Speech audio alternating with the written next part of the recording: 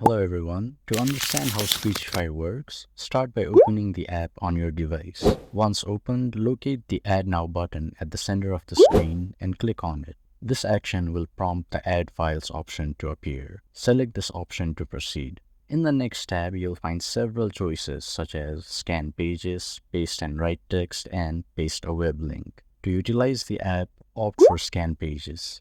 If you haven't already, sign up for an account or create one by clicking on Sign Up. You'll be presented with 3 sign-up options. Continue with Google, Facebook, or Apple.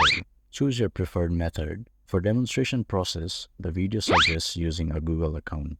Once signed up, return to the app and select Scan Pages again. Speechify will request permission to access your camera. Grant permission by clicking Allow. A new interface will open with your device's camera, allowing you to either choose an existing photo or capture a new one. After capturing the image, click Next. You'll then be presented with various options. Click on Save and Listen. Finally, click Play to listen to the AI voice reading the scanned text. And with that, you have successfully used Speechify to convert text into audio. If you found this tutorial helpful, do like and subscribe to our channel.